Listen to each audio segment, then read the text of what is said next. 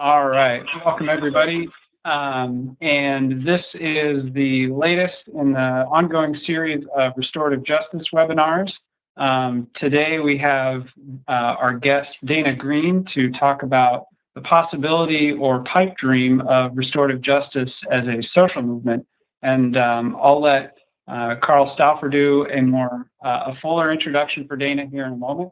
But my name is Brian Gum, and I'm the technology facilitator for this webinar series. And I'm also a graduate of the Center for Justice and Peace Building at Eastern Mennonite University.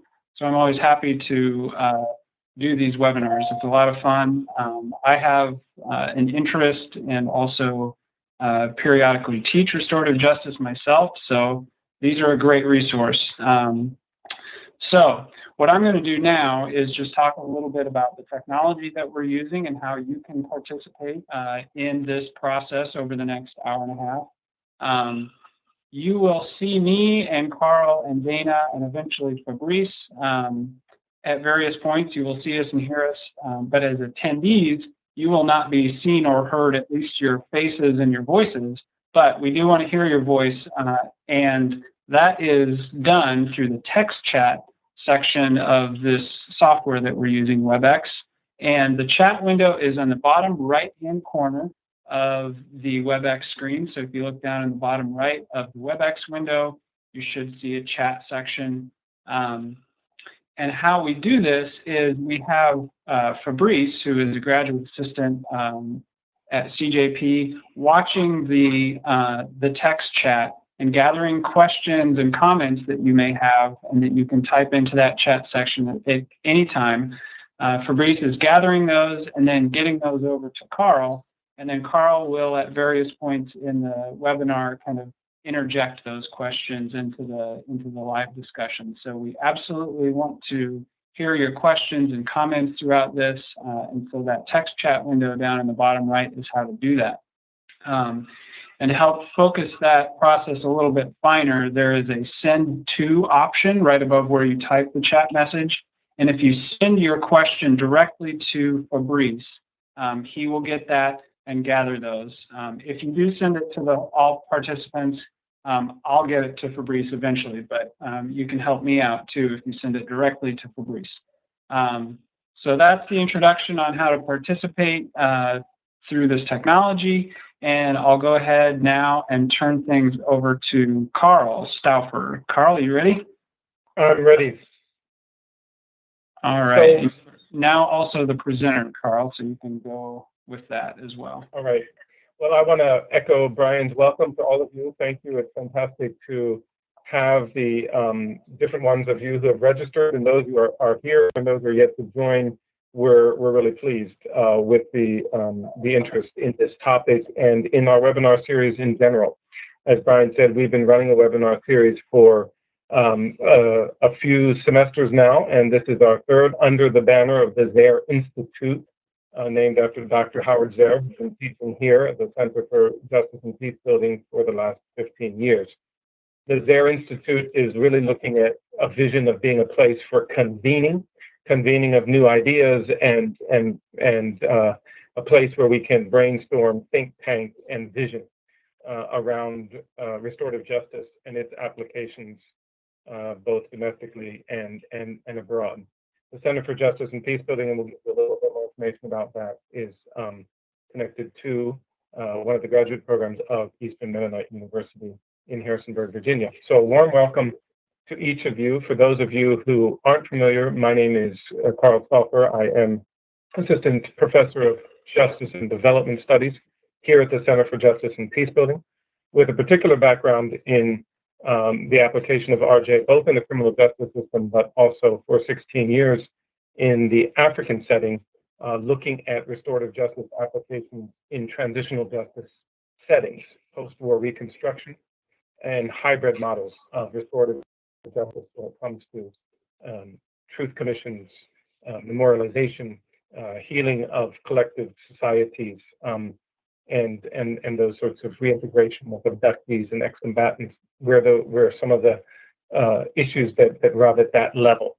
So this is a little bit about myself, and I'm really pleased that we're going to be able to have a conversation, and we want this to be as participatory a conversation as possible. So please feel free to begin to send your questions as those are sparked in the conversation that I'm going to be having with our guest, Dr. Dana Greene. And we welcome questions along the way. We might allow for a certain amount of discussion between Dana and I. It's not going to be just a presentation, but we're hoping a bit of a conversation, which should at least trigger some thoughts from those who are here and interested in this particular topic. So our topic is possibility or Pipedream, a restorative social justice movement. And as I said, we're going to do it a little bit differently in the sense that Dana and I are hoping to have a conversation together. Dana will start out presenting a little bit of her research and interest and some of the questions she's asking on this subject, and I will jump in along the way. Dana is Associate Professor of Criminal Justice at the Department, the Criminal Justice Department in New Mexico State University. And part of this conversation is coming from a publication, an article publication that came out in the Contemporary Justice Review last year on the same topic, where entitled "Repeat Performance: Is Restorative Justice Just Another Good Reform Gone Bad?" This is a piece related to her overarching life and vision and interest in research, and that is Dana Greene's been involved with the study and research around penal reform and what's worked and what hasn't. When has penal reform become the classic unintended consequence, and when has it been successful? Have we actually interrupted what we want to reform, or are we in fact contributing to it? And so we see here some of the questions that Dana is asking around advanced theory as to how it may be that we can redirect while cultivating and participating in strategies that foster a just and humane society. So redirecting the criminal justice system, or how we handle what we classify as crime now, but how we handle broken relationships and harm in society. Dana comes out of a background not only in academics, but prior to that, very actively, and continues to be very active in social activism. And so that brings a lot of experiential passion to her work and her interests. And so it's a real pleasure to have Dana with us. And Dana and I share background in social movements and teaching in that. And so that's partly where we're going to start the conversation, I imagine, and move into the other issues mentioned here and some of the controversies before. Before I turn it over finally to Dana, let me just say a little bit of formatting, or framing, shall I say, the discussion. I think all of us, and I'm assuming the 24 that are right here right now, we're here and we signed into this because we're feeling the pulse of new momentum, new energy in the restorative justice movement. It seems like research and applications of restorative justice are just multiplying exponentially. It's almost breathless as we're trying to keep up with it. And we're at a precipice, if you will, I think a sort of turning point, a critical mass. And this is what we want to have this discussion around. Will we be able to take restorative justice to the next level as a movement? And what would need to happen? And what are the obstacles along the way in that regard? So I'm going to now move over and let Dana frame some of her research and the questions that she's been asking. And there'll be some PowerPoint that you'll also have access to later that she'll be talking to. And we'll start the conversation. Dana, thank you for taking the time to be here, and welcome. I'm going to move the role over for you to take the stand. Okay. I hope everyone can hear me. This is my first presentation in a webinar format, so forgive me if I'm not looking in the exact right direction. I'm very glad to be here for a host of reasons, not the least because of the Institute, and my conversations with Carl have already been thrilling, but really to be in a conversation with other people who care about restorative justice. I'm here because I care about restorative justice. I don't like our current penal practices, and I think that the possibilities are endless. So I guess I want to begin by saying I came up with the title of Pipedream or Possibility, and I will leave with saying absolutely possibility. I'm quite convinced. So I'll tell you how I got to these questions and how I arrived at some of the answers I arrived at. So I went to graduate school already from over a decade on the front lines of street activism in many different movements. I didn't want to just be angry anymore. I wanted to be a part about building something and not just tearing stuff down. I think it's a very interesting question to say, what does a just society do in the space of transgression? It's very easy to be a clever critic of the prison. The prison is pretty easy to critique. So I went to graduate school, and my scholarly specialization is the history and philosophy of punishment in America. And there were two things that became very, very clear to me from the beginning of my studies and continue true today. One, which is restorative justice, is really right on. I'm really into it. I'm very compelled by it. I think its possibilities are extraordinary, and I embrace what it stands for and what its values are. The other one is that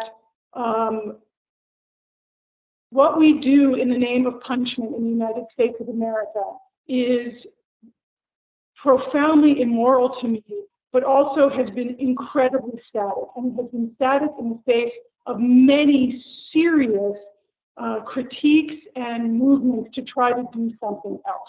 And what was most troubling about this to me is not just that it's static, but that many of the movements and efforts to dismantle or reroute or reduce punishment in the United States of America not just failed, but in fact grew punishment, made more punishment, made what we did more punitive, and scooped more people up into its clutches. So this is very, very troubling to me. And what I wanted very much from a very personal place was to not look back after decades of effort of being engaged in restorative justice, to look up and see that my efforts have helped to grow more punishment. That seemed to me the most absolutely unacceptable outcome. And so this drove me to my research inquiry and my seeking for some very real answers. So what I did was I wanted to look at penal reforms as failed social movements. And if we can go to slide number 3 here, if you're wondering what is a social movement, and that's its own conversation, but so can we go to slide number 3? Do I see what you folks are seeing? Well, anyway, I will keep going. Somebody will figure that piece out. So slide number 3. Okay. Gotcha. So here's what I've read lots of the literature, but basically, in a nutshell, there is an agreement. It's sustained collective or group action. So it's important, that collective piece, that group action, that reflects shared demands. So I'd like to focus again on that word demand, aims at affecting some aspect of the social order and conflicts with the claims of another. So if there's any question about whether penal reforms are social movements, this should clear it up, and whether or not restorative justice is a social movement. Here we go. Okay, so we can go to the PowerPoint slide number 1. I looked at the penitentiary, the adult reformatory, and parole. And all the way on the left are the different characteristics that I called from social movement literature. These are aspects of social movements. And in my reading of the histories of these 3 movements and other movements as well, in fact, restorative justice, I started to see that the rhetoric was identical. Now, this is remarkable because it's often 120 years apart. And the language used to critique what's going on, or the language used to promote what they stand for or what they're trying to do, is identical. So I looked at these histories and I found that they indeed shared almost remarkably, disturbingly identical aspects in these 8 characteristics. And so I came up with what I call a regressive reform profile. Regressive because they grow punishment. They don't just fail. And I want to stress that is really a fundamental problem of what's going on here, that efforts to reduce punishment actually grow it. So I went out into the field and I used these characteristics and wanted to see, is restorative justice manifesting these characteristics in a similar fashion? And what in fact I found, very troublingly, if we could look at slide number 5, is that it is.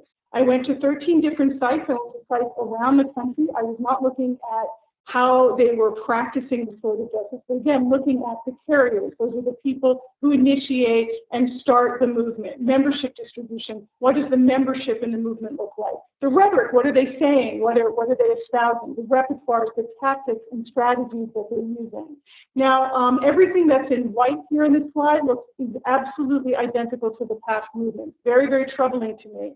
And these other three, well, we're not done yet. But we are seeing, in terms of the time ubiquity, how fast it's going. That's a different piece. Restorative justice is moving much slower than past benevolent penal reforms, past reforms that tried to reduce punishment. For example, the prison really didn't emerge with, we saw one in 1790, but really we're talking about the 1820s. And by 1850, it was the dominant punishment form and the dominant idea of punishment in people's minds in this entire country. So that's incredibly quick. Parole. We didn't have parole in 1900, and by the 1920s, it was in every state and every legislature had legislation that was pro-parole and enacting parole practices.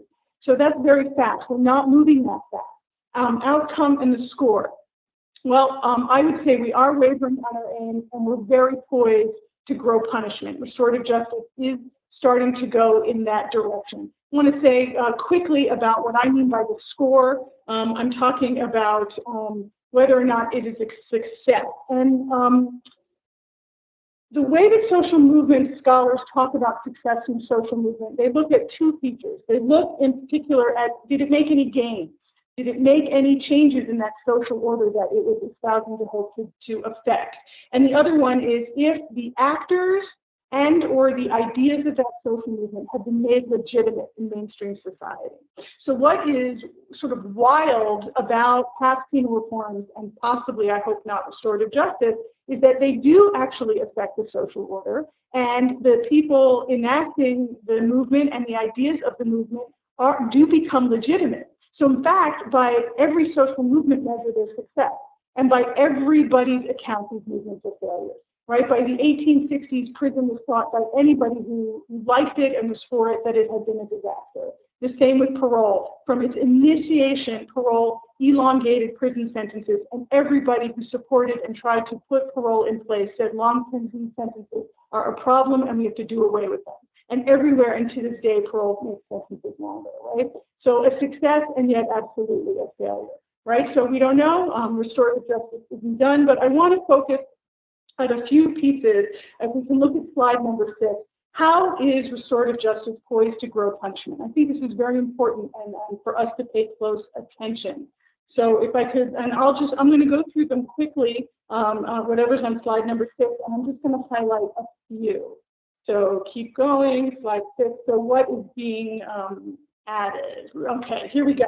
So the type is small, I know, so stick with me, listen to me, and I'm going to highlight a few. We're expanding the number of players involved in the justice process. We're not replacing anybody, we're expanding it. We're broadening, not redefining, the purview of justice.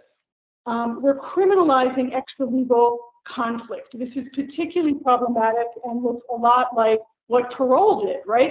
Before parole, you got out of prison, you were done.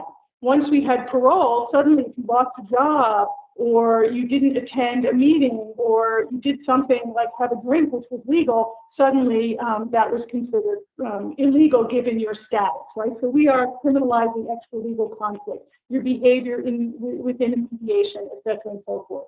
We're heightening the power and influence of crime victims. Obviously, this is also an asset and a value to restorative justice, but I don't think we're dealing with the reality of vengeance. Raising the bar of proper behavior, so what is a good person or a bad person. We're extending the reach of the justice system and into schools, into families, into the workplace, while we still, and this is really a potential for growing our system. Marginalizing classes of offenses and offenders. So I want to spend a moment on this. Every single place that I went to 13 sites, and I called so much restorative justice practice and people's rhetoric. Nowhere where I went did anybody want to deal with child sex abuse or domestic violence. They had very beautifully articulated reasons for doing so. But if we say that this is a justice paradigm that promises so much for everyone, and then we are saying there are classes of offenders for whom this simply will not work or we won't touch it. What is going to happen to those offenders is a level of marginalization that we probably can't even imagine right now. But I'm confident it's not what we want, and it's very, very problematic. Fetishizing juveniles. So restorative justice has been very focused on juveniles for a host of reasons. And juveniles are already very, very vulnerable in our society. And they've been caught up in, are they adults? Are they kids? Can we fix them? They're animals. They're ruined for life. And that this focus on juveniles has not gone well for juveniles in our society with regard to punishment. So it's something I think we need to pay attention to. A focus on low-level crimes is really just going to grow the punishment. Crimes that would be tossed out or not dealt with are now going to get a lot of attention and are getting a lot of attention with restorative justice. So growing existing systems. And the final one on my list that I want to spend also a little time talking about is cultivating new avenues for abuses of power that are rooted in existing systems. In particular, I speak here to racism, classism, and gender bias and gender bigotry. That if we do not deal with the roots of that and acknowledge that it's in the room and it's in us because we are socialized, and that these institutions, in particular institutions of punishment, are very, very rooted in racial bigotry and class bias. And that, you know, the story of locking up women was about locking up women for alcohol, for drinking, for having sex out of marriage, for that the criminal law has been used to reinforce social norms in these ways.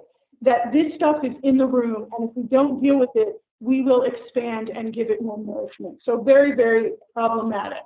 So we can have no slides now, and I hope I'm looking at you I'm being engaging in this presentation, but I think that the time, none of this should be bad news for two reasons. One, for the timing that we're in, and I think that we're really ripe. We're ripe for social change in this arena, and one, because the public is really becoming absolutely no longer able to tolerate the racial indiscrepancies that are happening in our system. The money that's going into this, and that all this growth of the past 30 years has really bred a cynicism and not a comfort with what we're doing. So I think the time is really right. And that also matters of crime and punishment have a lot of currency in the national conversation.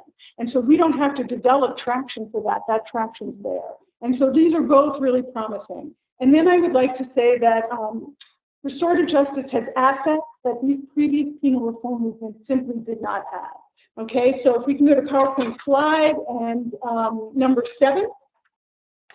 We're still in the early stages. We're not moving as fast as past reforms. And this is very, very promising because we can control it somewhat. We're not 10 years in and it's everywhere and we have to undo something. This is very, very, very promising. And I want to also really stress restorative justice is different. What do I mean? It's not offender focused. It's much broader in its inclusivity. It's thinking about community. It's thinking about crime victims. It's thinking about harm. And so we don't have to get people on board who are going to care about offenders. That's not what this is about. This is about what does it feel like to be a member of your community? What does it feel like to walk down the street? Well, everyone can relate to that. That's not true of parole or the penitentiary. So this is really, really an asset, an extraordinary asset.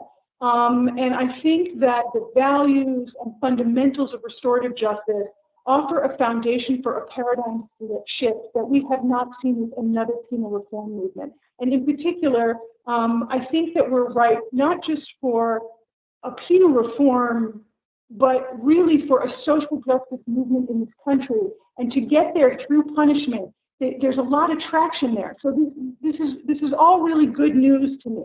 I would say that we already have, with my research, and I don't think I'm alone, some ideas about what direction not to go. So I think this is very, very promising. A few more things about the aspects of restorative justice. People who take part in it like it.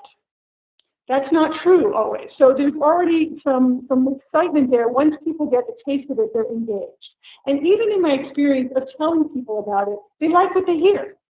And, you know, police officers, correction officers, many people involved in who get into practices of crime and punishment because they care about the community don't have a lot of job satisfaction. But this is something that offers people a real promise. People really like it. They like it when they hear about it, and they like it when they do it. So this is amazing. And I think as a movement, as restorative justice practitioners, reformers, however you think of yourself, we're already thinking about evaluation. So that's also an asset that's already there. So I think there's a lot of assets there. So we can start to have a conversation now. And the other slide I would look at slide 8, and maybe Carl and I can look at that together and have a conversation, is these are really my directives for the future. Given what we know, given the reasons that past movements have gone so very wrong, and I want to stress, they didn't just fail, they grew punishment. This is the key piece. That these are my directives for the future. And in particular, I will go through them, after I hear from Carl a little bit, but the piece that I think is very serious, it's all serious, but is a membership distribution. That the ways in which restorative justice is just like these 3 past reforms that I explored, is that the people involved in it are people that are already on the inside. They're already leaders, educators. They're not people from the punished classes by the most part, but also we don't have a lot of leverage. And until we have a larger public on board, we don't have a lot to leverage. I still think we have more to leverage than we leverage, but I think that piece will both keep us as a movement honest and on point on what we want to get to, but really offer a tremendous resource. And what that outer ring means, that interested public, is people that might vote on an issue, might send in a check, might make a phone call, might show up at a talk, right? But they're not going to be engaged in the day-to-day. But we need those people. And what I will say is that movements to create more punishment have always used an interested public, and it has worked in their favor. So I can go over this list now, but I'd love to hear from Carl and maybe open this up to a conversation and then take a look at this slide. I can't hear you, Carl. I can't hear you. Oh, I'm so frustrated. Can you hear me now? Yeah, I can. Terrific. Okay. Thank you. Sorry about that. I hope that gives us something to work with. Right. Sorry about that little technical glitch, but I hope everyone's hearing me. You've given us a lot to think about, and this is fantastic. I think these are really important questions and highlights that you've given. I'm going to just jump in with a few comments to supplement them, but I do think it would make a nice conversation for us to have some discussion around what would it mean to develop the future of the field with some of these ideas. Let me just make a few comments that I think also make restorative justice stand it apart from other social movements. One of the things that I feel really strongly about is that our current system has within it, because of its punishment frame, it has institutionally continued to expand the trauma cycle, the violence cycle. Even if it's state sanctioned, it's a violence cycle and has the same effect. RJ is providing us, with all of its weaknesses and shortcomings, it is providing us, I believe, with one of the most cohesive or coherent justice frameworks that would break a violence cycle because of its focus on nonviolence and a different way of defining justice and satisfying justice. And that provides to me a lot of hope for what I call, a transgenerational or an intergenerational justice, which is discussed in the literature. How do we think about justice not only for ourselves in our current state, but for the generations to come? Restorative justice gives us a promise there, I think, in significant ways. Leading on that, restorative justice as a movement, as you emphasize, it doesn't have such a singular focus, offender. It has a lot of transdisciplinary conversation going on, whether it's engaging trauma, healing, nonviolence as a field. It's engaging community building and what we would call social capital asset and that sort of community development interest, social fabric, building social fabric. And as I indicated from my own work, it's starting to work in new ways to provide a rather significant critique of transitional justice, which has just scaled up the punishment justice system, that Western justice system that we have at a global level. And it's important that we bring a critique to that. And that's starting to happen. In fact, similar to what you said, the transitional justice movement has happened so quickly. And so it's been established and institutionalized so fast that it's hardly been able to sit back and evaluate. And I think restorative justice, unbeknownst to them, what it has done is it's been so ineffective in certain post-war reconstruction processes that it's in fact, forced an indigenous justice, which is contextual and participatory, owned by the people, to surface, which is a good thing, and provide that critique and an alternative model to what it would mean to reconstruct after mass violence. And I think it's important to make some of these connections, and that's obviously part of my heart around the research that we're doing. We're actually trying to look at providing a language, a bridging language between indigenous justice, which has often been left to anthropological studies of ritual and reconciliation, and redefine that as actually satisfying justice in the wake of mass atrocities. And we're beginning to work with that. The other thing I think that's critical is we're sort of at a hinge place where, things are growing rapidly, as you said, all the potential to become regressive in the movement. And I think one of the ways that could happen is by us being continually swallowed up or co-opted by the systems at large, who are desperate to find alternatives as they start to implode. And so tacking on restorative justice as a social service, as effective as that might be, would be probably the best way to kill the movement, because then it would be totally institutionalized. And the quicker we can do that, the quicker it would quiet that movement. And so I'm particularly interested in looking at the issue of agency and structure, and the fact that how do we position the movement so that we have change agents within the system, changing values and changing the way we do it from within the system, but also we need parallel processes showing alternative spaces of how to do justice, and those need to be communicating to each other, coordinating, collaborating, and networking so that we can actually shake the system enough to see the movement have the impact we want it to. And I think so those would be some topics on the side. And I think, what you began by talking about really speaks to this. Restorative justice doesn't have to simply be about the realm of punishment or transgression, right? It really is a social justice movement. Its values really are about changing values and priorities and using a different set of values in which to shape and formulate our institutions and our practices. And it, of course, is that therein lies, I think, its greatest strength, but also its greatest moral superiority, if I can say that.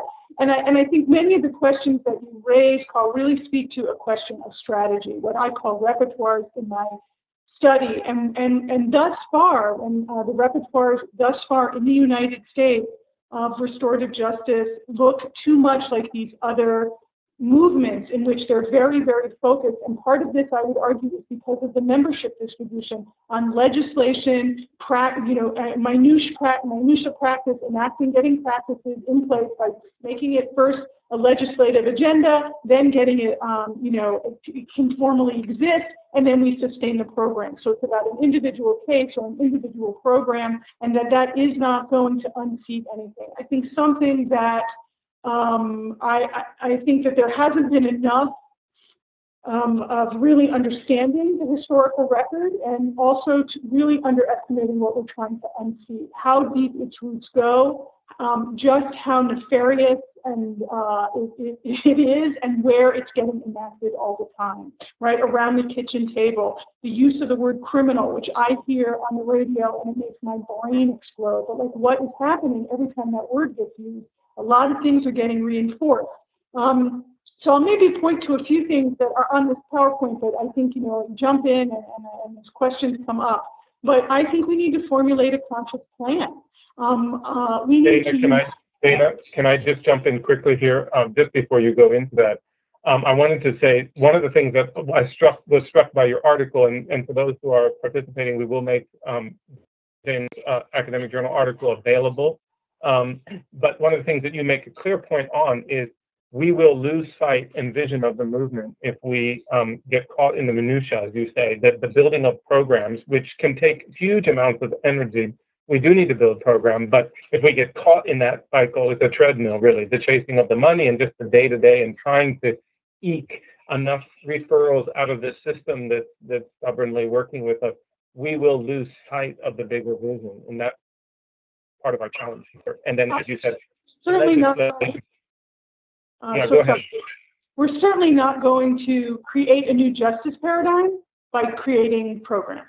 I can tell you, right, that's what parole did. I want to just take a moment to say that every person we keep out of prison, I'm happy we did that, right? I don't want to diminish the value of what's happening on the ground on a case-by-case basis or in a community that might have a restorative justice program that is redirecting people. However, that isn't a long-term strategy, and I can tell you that we're really going to grow the system if that's what we do. That's what I see happening. So I'm just going to go through these, and stop me, Carl, and Fabrice, if you see a question that you think is relevant. And I won't dwell on any one in particular for too long, except a few of my favorites.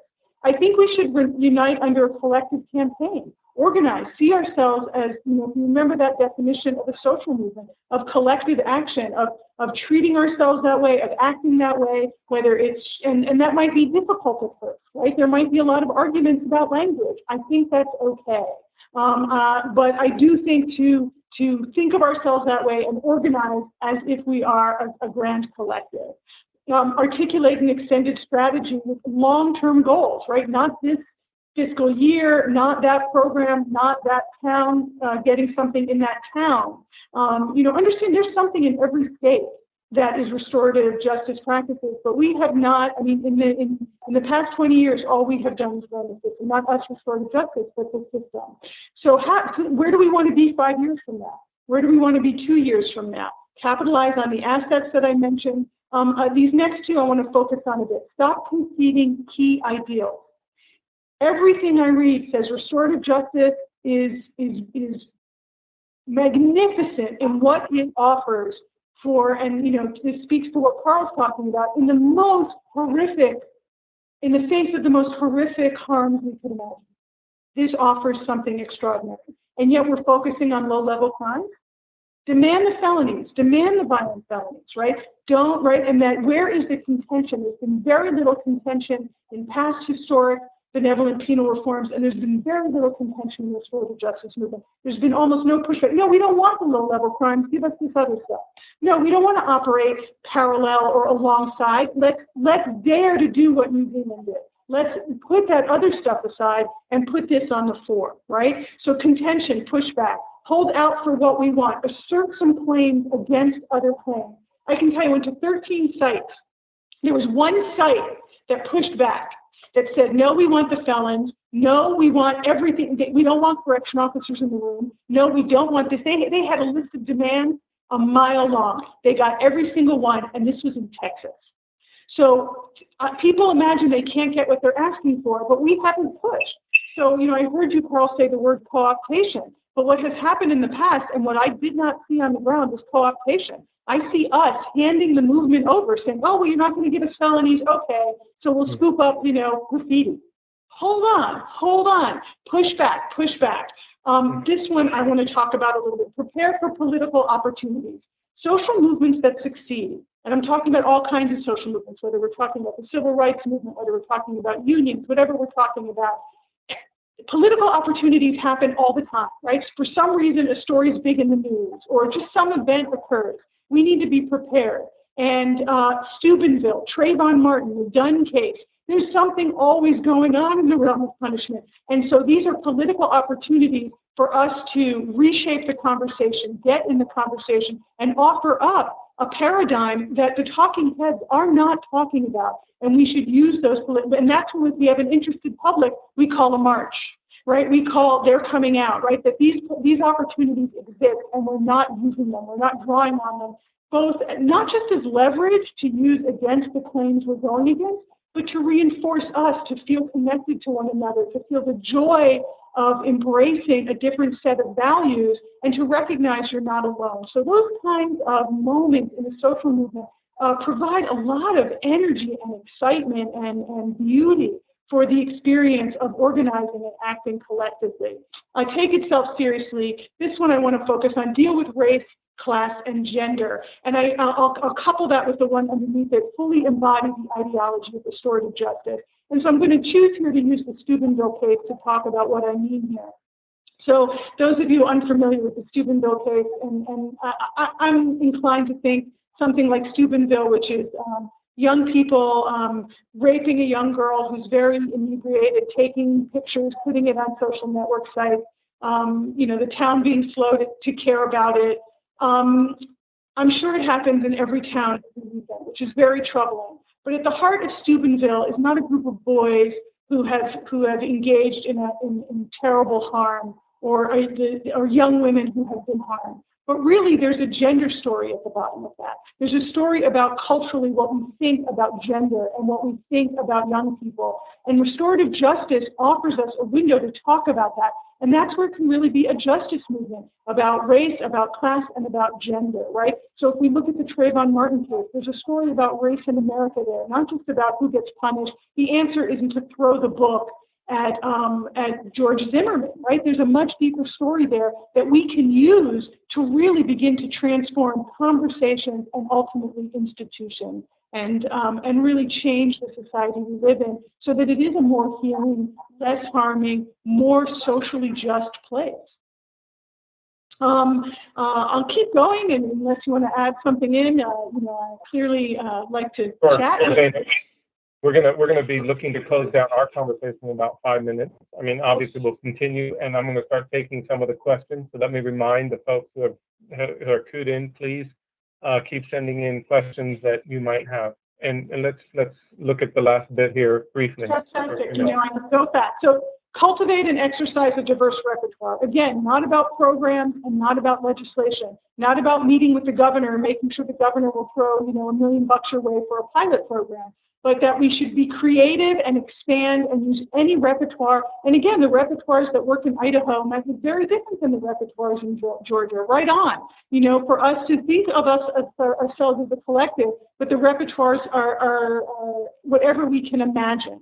I'm making a call for abandoning professionalization and at least at the short term, stop creating programs and cultivate widespread support. If you leave with nothing today, please hear that my biggest focus would be that we need to have widespread support, and we do that through education and through expanding our membership, meaning people who buy in, know about, care about, embrace restorative justice. That is the biggest thing we could do to move ourselves towards a movement. No amount of programs is going to do that.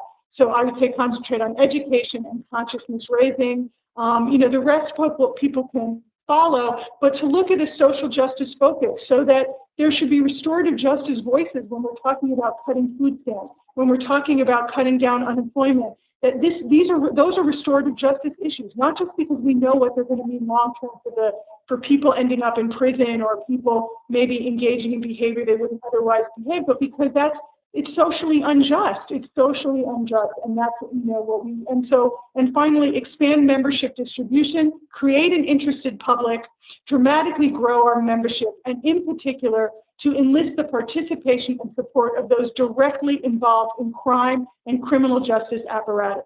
Those are people who get punished, people that are victimized, and also correction officers, police officers, people who the harm of our system is harming everybody who's in it, not just the people getting punished. And so there is a tremendous possibility of membership and people to embrace and be participants in the restorative justice movement from the millions and millions of people that are affected by our practices every day.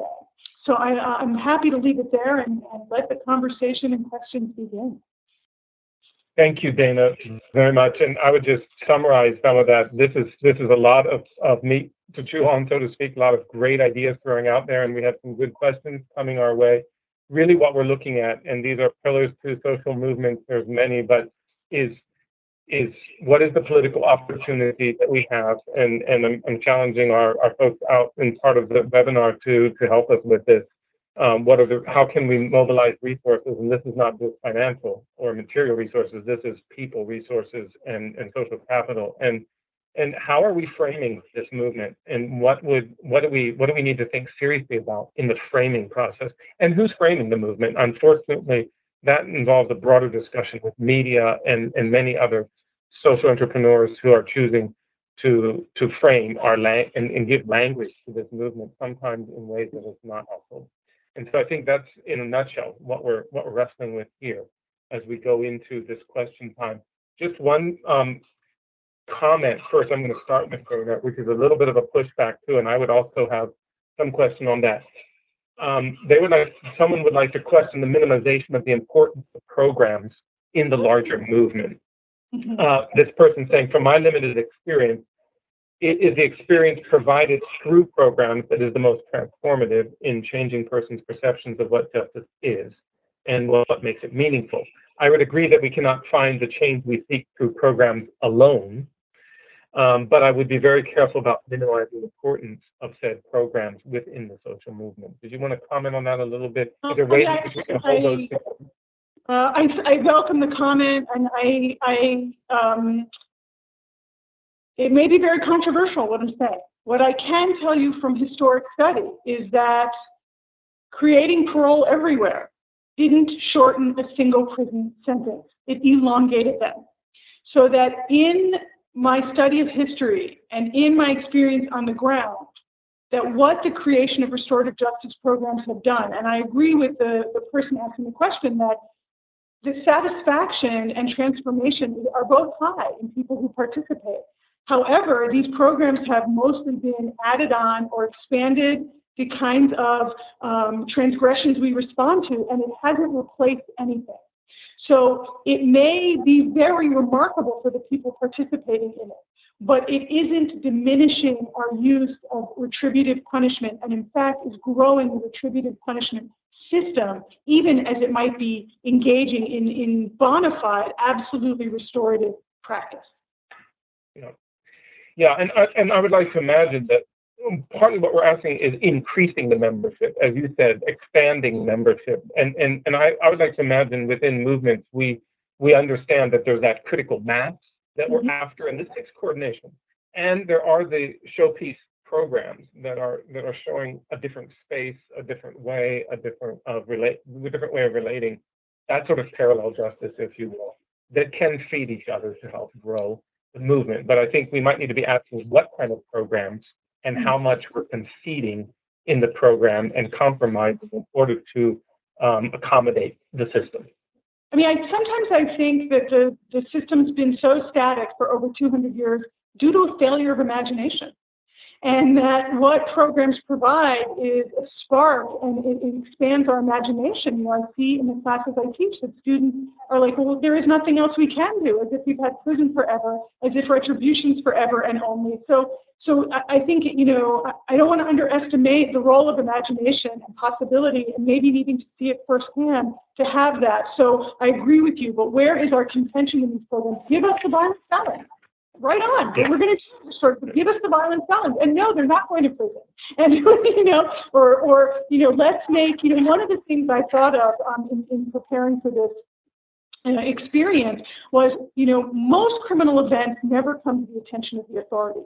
What if we created restorative justice programs that were for crime victims that never went to the police, that never were about catching an offender, but here was a restorative place in which you could begin to heal and resolve and make yourself whole and integrate the criminal event into the whole of who you are, having nothing to do with the offender. I mean, that's a very radical premise, and yet most criminal events, that is actually what happens without the restorative piece. So imagine restorative storefronts where victims went in and got healed through practices that were happening there. I was just going to bring that on. So we're working on the same. That's great. It's connected to actually one of the comments, questions too here that says, to what extent can growth in restorative justice come among victims who do not report crimes or whose cases do not result in persecution? Thus, they're outside the criminal justice system. I think it'd be helpful because your idea is very interesting. I've been doing some work in Jamaica. For those who don't know, Jamaica has just legislated some RJ into their criminal justice an RJ process in 2012. And one of the things they are doing, while they have a very elaborate protocol for any cases once they enter the system, they are, one of the things, I think the most creative aspects of their legislation is that they have set up restorative justice centers in 11 of some of the most roughest communities across the island. And those centers are separate from the court and separate from all of the system. And they've legislated that those centers are available for people to come in who want to avoid entering into the system altogether. Before these and many people are victimized by people they also love, or they know, or they live next door to. And what does it mean? Or you're from a community where the police has done no good in your community. Why are you going to go there? So, I mean, and here's where I'm like, wow, restorative justice really does offer us a social justice frame and an alternative paradigm, because it asks us to say, why is this even illegal? Right? If we're talking whether it's about marijuana or prostitution, or wow, this is really something that's about economics. It's not about, right, that the moral crap that's associated with thinking of prostitution as a crime is really an economic issue. Where are the jobs?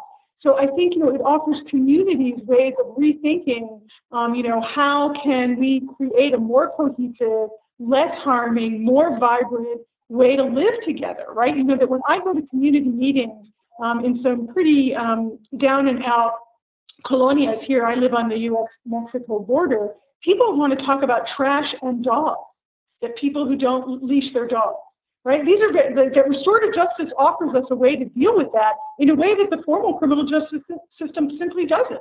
What are we going to, either lock your dog up or fine you for the trash? That doesn't resolve the issue, right? So I think the promise of restorative justice and what it offers communities and people is entirely separate from the traditional criminal justice system. Is the sky's the limit. Mm-hmm. Mm-hmm. There's been a few questions and some particularly important ones around victim and the role of victim, because you mentioned part of the issue around the empowerment of the victim, which in surface looks like a good thing, but if it's empowerment only within the punitive system that we're currently in, and I don't know if you want to talk about some of that tension, but let me give you a few of those comments. As a victim of crime who supports restorative justice, which I call Salbona, for those who don't know, that's a South African greeting, which simply translates "I see you." It's a very dignifying way of saying "I see your humanity" instead of when you greet. What I feel is needed to get more victims included in this dialogue, not simply victim academics, of which I am one, but rather the public. We need the public to learn that RJ is not about God, forgiveness, and face-to-face. It is broad. It is a social justice issue. How do we include the public more? I guess that's really what this question is after. And some of the other comments are close to that. Yeah. I think that is the best question as a restorative justice movement that we can ask. And if that's the only question we respond to, we will be in an extraordinary different landscape once we've responded to it. That's what I mean by an expanded membership, that I think we need, and here's where we should seize political opportunities. So whether it's, writing op-ed pieces, whether it's, that education piece and offering up an alternative paradigm to these screaming talking heads on TV of like, lock them up, let them go. The laws of property, right? That there's nothing representing the kind of values and ideas that are at the root of restorative justice in our national public justice conversation. It simply isn't there. And I am confident that, in fact, restorative justice speaks to even some of the lip service ideas about justice in mainstream society that our current justice practices don't go near. In my experience, I did a small piece of research when I was a grad student, and I interviewed assault victims. And all of them the person had been caught and prosecuted. And I was most struck that years later, they were more mad at the system than they were at the person who assaulted them. So I think, I'm not leery of crime victims. What I am leery of us developing programs and practices and processes that don't acknowledge racism and classism, which is in the room, so that when victims and offenders come to meet, those things are in the room. And if we're not managing them and acknowledging them and have mechanisms to disrupt them and dismantle them, they will get reenacted in that room. I'm sure we've all had stories firsthand where we've seen that happen. And there's go ahead. No, you go ahead. Well, there was another question just a little bit behind that. So I want you to finish up what you wanted to say on that.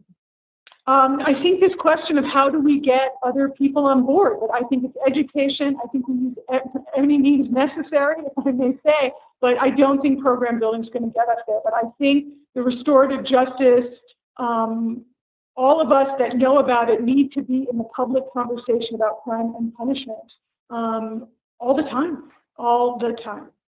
And whether we're talking about a weed pasting campaign, whether we're talking, I can tell you it was an act up, like how did we get everybody talking about HIV, whether it's a march in the street, but it was followed up. It was tactical. We had strategies. We were going to have a march, but then that was accompanied by an op-ed. We had weed pasting. We pasted posters on the wall everywhere, all over the city, right? It was a multi-pronged approach to get the conversation going, and I think we're going to need that here. And I think this is where I'm just going to note, not that there's questions on this, but social media is a whole nother discussion, and how are we in fact harnessing social media in this movement. But let me bracket that.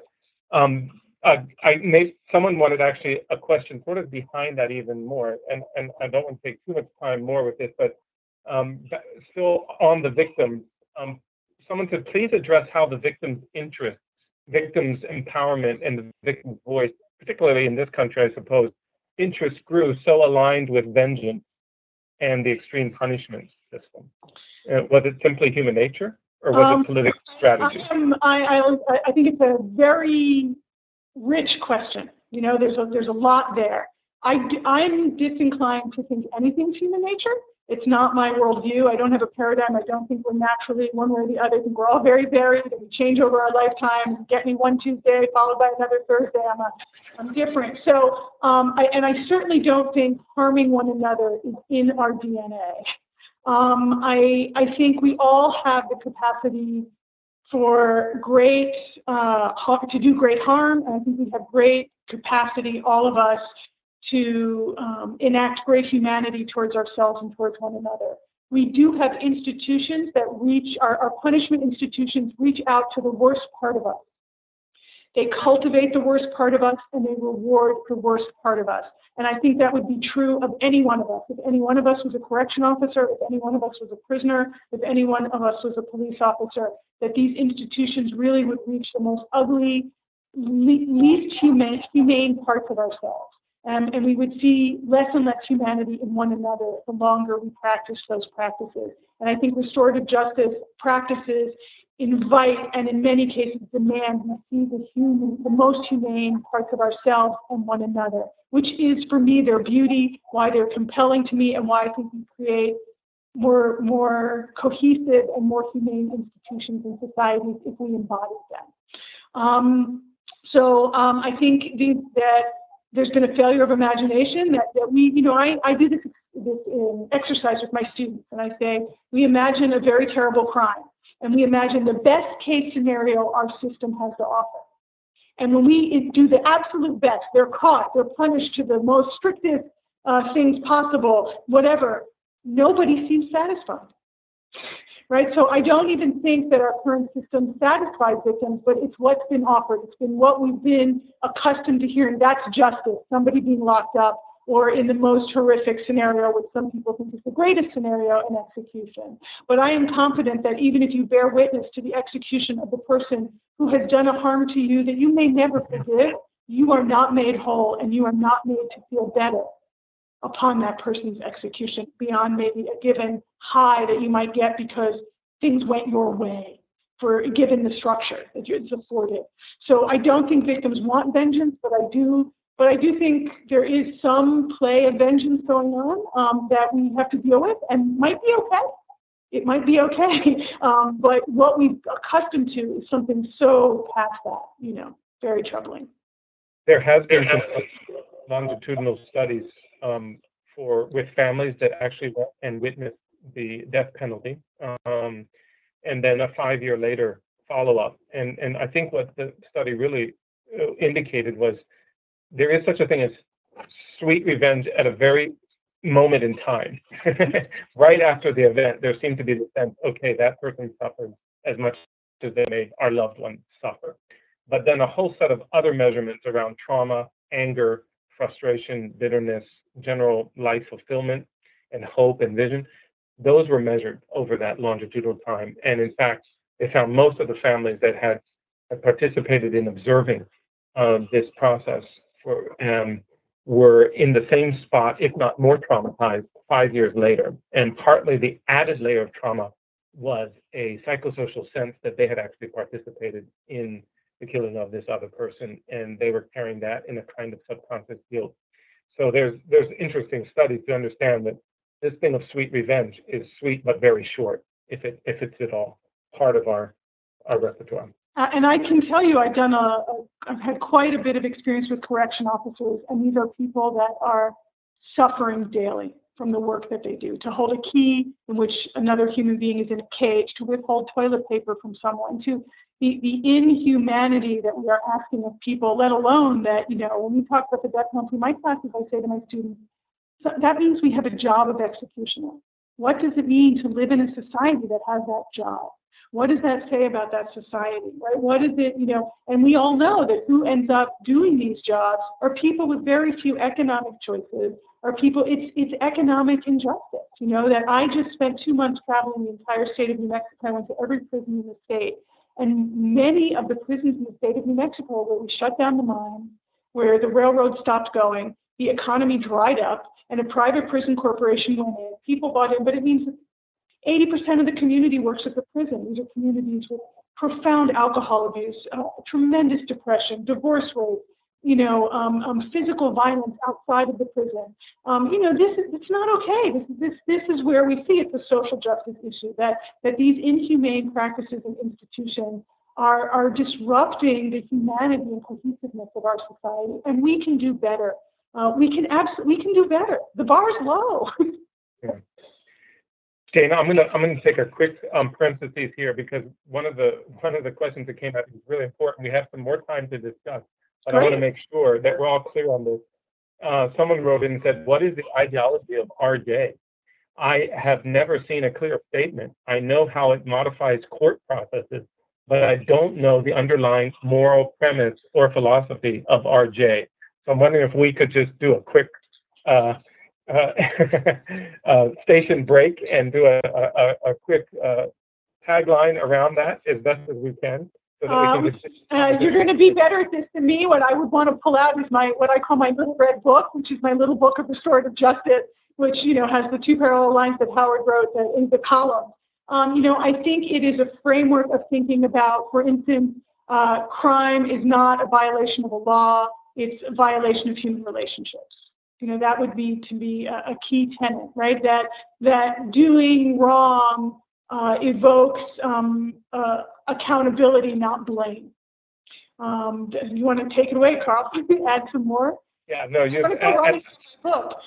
Well, I think one of the key ways to really work it, and you started that, is as you want to talk about an ideology, it asks a totally different set of questions and restorative justice than the current system. The current system tends to have a preoccupation with who committed a crime, who broke a law. So it's about the offender and who's guilty, and finding that person and laying blame on them. And then the second part that we are preoccupied with in our system is, how do we punish them? How do we administer pain in a very crass way, in essence, is what we're saying. And while I know, and I have many legal friends and colleagues, and I don't want to in any way diminish the amount of time and effort that they put into, and the incredibly important work that some of them are doing as they bring restorative justice into their legal professions, but the system as a whole is configured around those 2 things. Restorative justice asks at least three, maybe 4 or more different questions. The 3 major ones are, who has been harmed? And when we ask that question, we open up the answer to go far beyond just the offender in the process. We ask them, what are the needs that have arisen from the harms that have occurred? So every harm produces a set of consequences that we often don't think about, and our current system is blind to because of its coding and rigid nature in which it works at a certain standard of legal code. The third question then brings it to responsibility, and that is, how are we accountable, responsible to mend those needs, to repair the harms and the subsequent needs that have come out of that? I think the fourth question then is, who needs to be around the table? In other words, the stakeholders invested in the justice process, a satisfying human justice process, are bigger than we currently imagine. Absolutely. And we need to bring those voices in. Mm-hmm. And I think that what it offers ideologically is a very different idea of what justice is. In our current system, justice is suffering, right? That the person deemed to be responsible has to suffer, and that's real life. As where justice here is about something much more, by meaning here, I mean a restorative paradigm, is much more complex and I would argue much deeper, right? Not just who has been harmed, but where does repair need to go and where does accountability lie? And it may lie with the individual actor, but rarely only there, right? So if we're looking at the job landscape, right, that if we're looking at, what kinds of supports are there for young people in our community, and they're very little and we're only relying on parents, and this is a person whose parents can't provide all of what this kid needs, then where is our responsibility, our accountability? And so I think it says that justice is a repaired, more cohesive, more holistic person and community, right? So that what I can do, human suffering doesn't only exist in the realm of crime. Crime has been delegated to this very singular space, but that's bizarre, right? People, whether you get an illness or you come home and your house has been burned down, trauma occurs in the human experience. And we can survive trauma and even thrive after trauma if it's integrated and repaired, right? And that's what this is really about, right? And in that sense, it's a worldview. Yeah. And I would add that it needs to, absolutely must, be able to address structural violence, as you've been saying, social justice. And so therefore, we are beginning to articulate, but I think there needs to be more thought on that, to say these are the values and the processes that in fact we know are working and contributing to changing whole structures, not just being satisfying to interpersonal a sense of relationship building and so on. So moving it beyond the micro, the individual, and beginning to say there are certain value systems and processes that we can apply, for instance, after genocide or after mass atrocity, that if we build our structure and system, our transitional structures and systems around those values and processes, we actually can come out with a different, longer term sustainable result. Here is the magnificence to me of why I would say it's a possibility and not a pipe dream at all, is that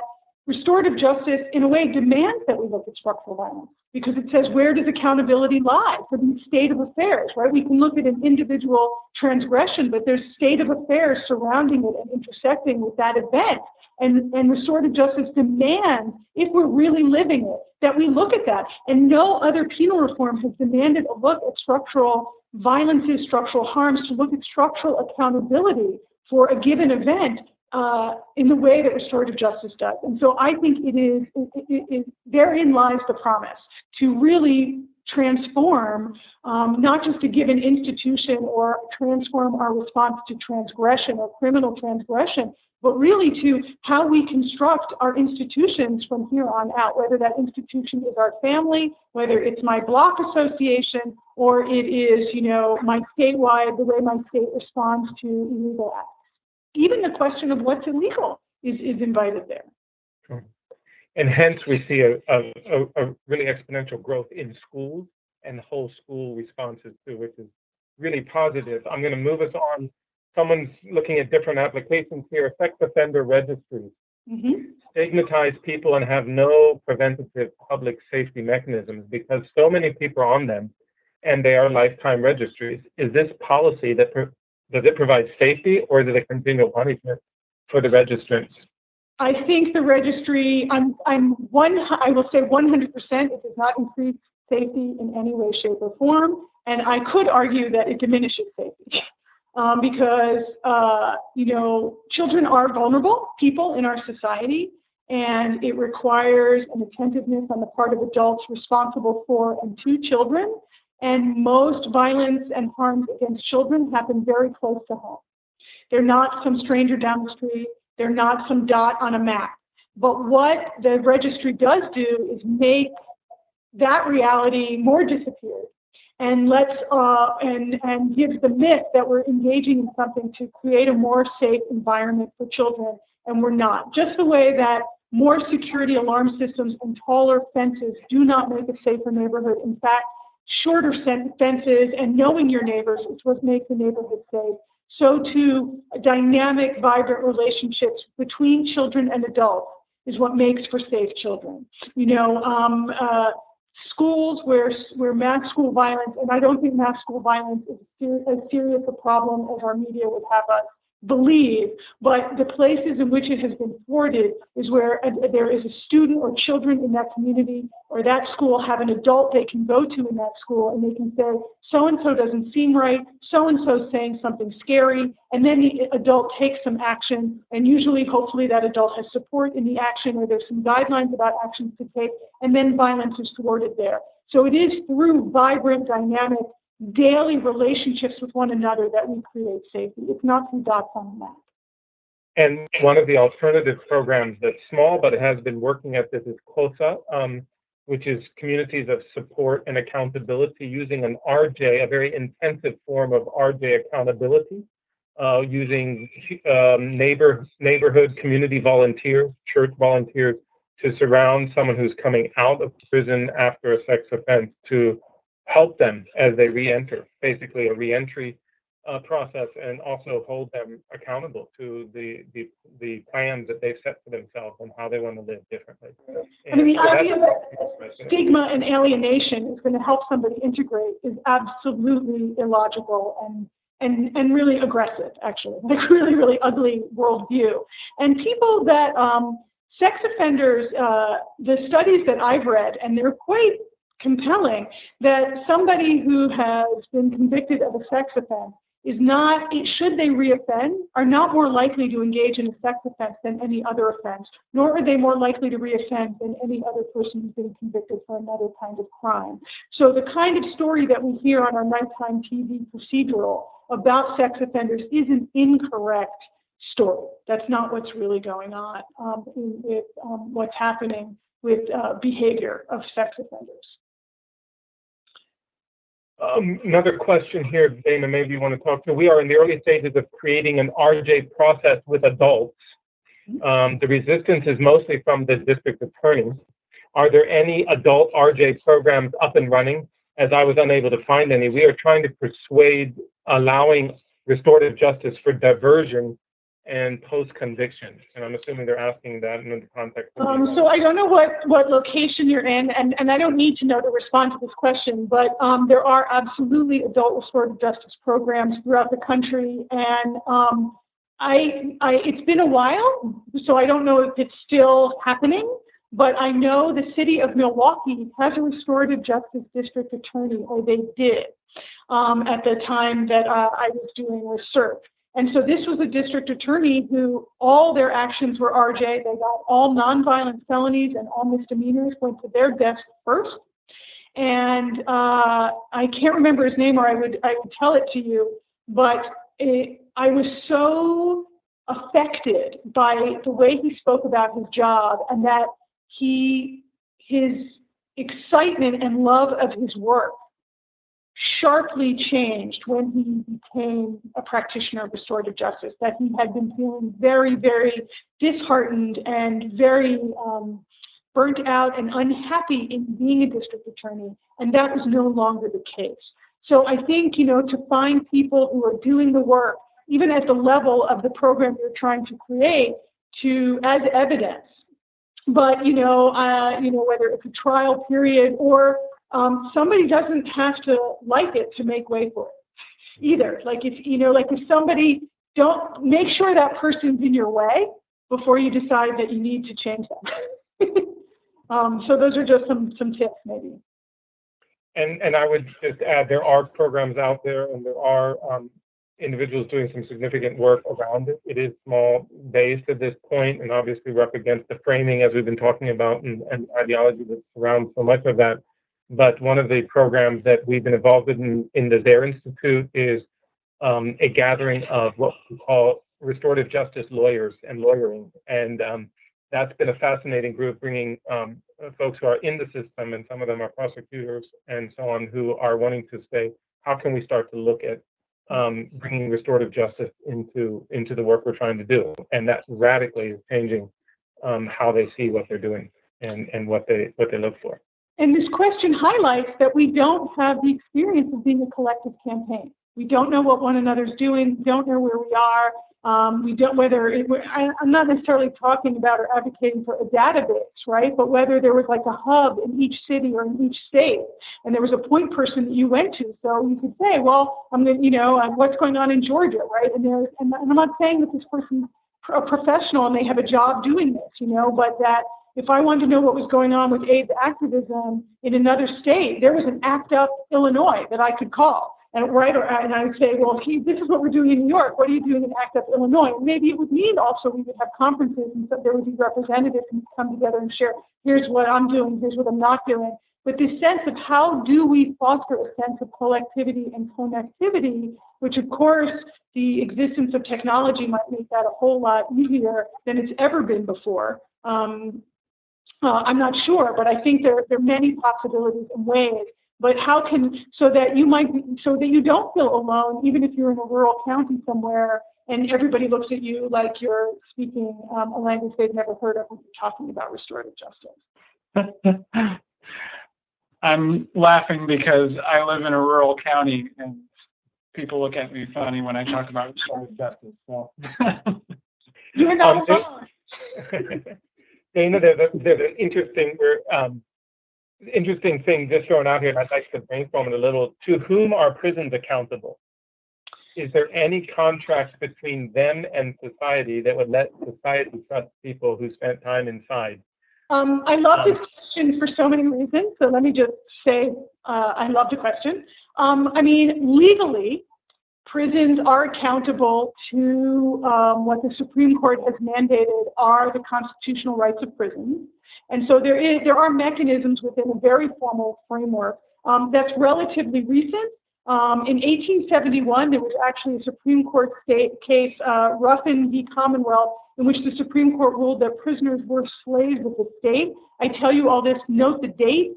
Slavery was abolished, but that word was still allowed to be used when talking about prisoners. And it was not until 1964, for the first time since 1871, that the Supreme Court said, wait a minute, this might be a population that has constitutional rights. So prisoners went a long time without that, and wardens were free to run their prisons as they saw fit. That's no longer the case. There are constitutional rights. There are mechanisms for lawsuits. There are bodies that oversee prisons. But I think this question of, I'll give a very local example. So in the state of New Mexico, we have the state lottery, and which students that go to high school in New Mexico can go to university in New Mexico for free if they maintain a certain grade average. And of course, the money is running out, and now they're saying, well, now it's going to have to be needs-based. Well, it's never been needs-based. And of course, it's absurd to talk needs-based in the 48th or 49th poorest state in the union. However, so they're rethinking about how to construct who gets the lottery money to go to university. And I said, well, why don't we shut down a prison? And then everybody still gets to go to university. And the people in the room said, we could do that? So this question even of where is the accountability of how we allocate our finite state dollars? And do we want, what percentage, what if we as a society said absolutely no more than 4% of our budget will ever go towards punishing people?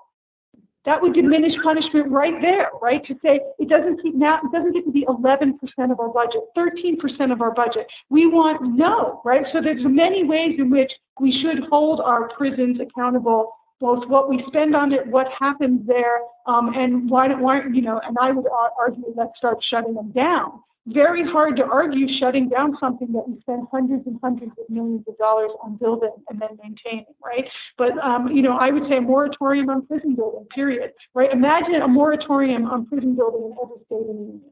That would be part of a restorative, that could be a tactic, a strategy that a restorative justice movement might include, right? Moratorium on prison building, right? And then get architects involved, get contractors involved, get cement makers involved. No, I will not participate in the building of a prison, right? That would be, let's do it. I'm there. Call me. So I think the accountability is on that level. Dana, this seems like a good place to ask a question that's kind of been rolling around in my head, and this is based on my recent reading of Andrew Wolford's The Politics of Restorative Justice. I'm not sure if you're familiar with that. There's a section, it's a very good book. It's brief, it's kind of dense and academic, but it's very good. And it also serves as a good introduction to restorative justice. But he has a very interesting critique in there about kind of the in the U.S. particularly, but in other Western societies, kind of the takeover of the political imagination by neoliberal economic ideology, and how that kind of has captivated the political imagination of various systems. And so, you mentioned for-profit prisons earlier, but even public, state-funded and federal prisons, kind of this primarily economic rationality kind of governs a lot of political decision making. And I mean, he's arguing that RJ can fall into the trap of neoliberal economics because some people can play it like it saves money because we're shutting down state-run systems and pushing work back to community levels, but that doesn't really necessarily fully honor kind of the humanitarian relational aspects of restorative justice. So that kind of economic rationality, and how have you dealt with that in any particular way through your research? Yes, I'm really happy to have this topic on the table. When I talk about strategies, for example, I would advocate never using a cost-saving strategy as a way of pitching or making the case really for anything. But we're talking about restorative justice here. I'm not a capitalist. I don't like the values associated with capitalism. So in the interest of full disclosure, let me say that. But I am loath to put a dollar amount on I feel whole again. Okay, like how do you measure that? So I think it's absurd, and it's an exercise. I'm sure there is a great economic mind somewhere who will hear that question and say, I'm going to get right to it, and they'll come up with an algorithm, and they'll come up with an equation. But I don't want to do that, and I don't want that to be a part of the argument. I think that the reasons to engage in humane and just practices is for the robust, multidimensional outcomes, including what it feels like to participate in that, what it feels like to be a recipient, what we create short-term and long-term, and that this isn't about money. Certainly money in a capitalist society is the number one value, and it's not my number one value. And it's so to argue for something using that as a primary value, I think is a dead end. One, what if it doesn't save money? I don't care. Okay, I'm confident that the long-term consequences of a restorative paradigm would be valued by all and would feel better. I'm confident of it. I don't need an algorithm to tell me about it. And but I do think it's a dead end. But I do think we have to, in our strategies, realize when I say think realistically about what we are trying to unseat, that the forces involved in maintaining and sustaining the justice practices that we are currently engaged in as a society have profound economic supports and drives going on, right? So that when we look at the role that CCA or GEO have in contributing to senators' campaigns, in creating, the surge that we've seen in the past 10 years in immigration detention is brought to you by legislation that was put forth by Senator Pierce in Arizona, that was written for him by Corrections Corporation of America. I'm not inventing this up. I can send a link to the story. NPR did an amazing expose on it.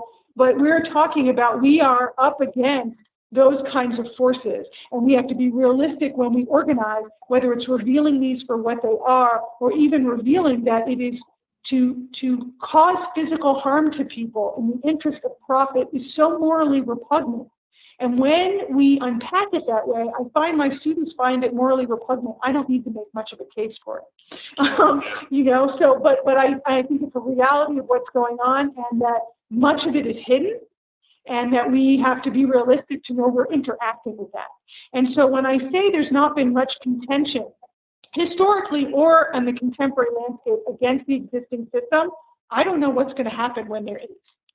When we really contend, when there's a lot of pushback and a lot of rejection of what's currently going on, the forces that make money by what's going on are going to push back, even more so than main ideologues. Right. So and we're going to find ourselves in that contentious place, and so we will confront it. Yeah. Thank you. Thank you, Dana. I think we're running out of time. That's a perfect ending. I know there were a few outstanding comments and questions, and I apologize to those we may not have gotten to all of those. But I think that's a really powerful, passionate segue into what we're talking about here. And Dana, thank you very much. Your energy is contagious, and we've appreciated this conversation. And there's a lot more I think we can process in this. I'm going to turn the process over and let Fabrice close us out. But thank you very much for being with us. We appreciate your time. Thank you. To grace us with your presence at this webinar.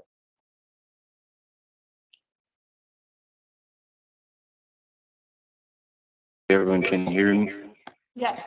This has been a very diverse and dynamic presentation, and I'm really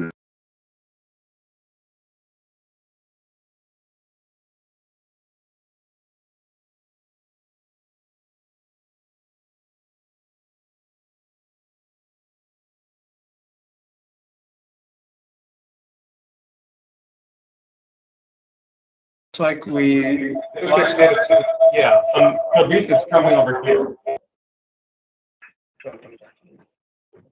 there we go. Quick switch.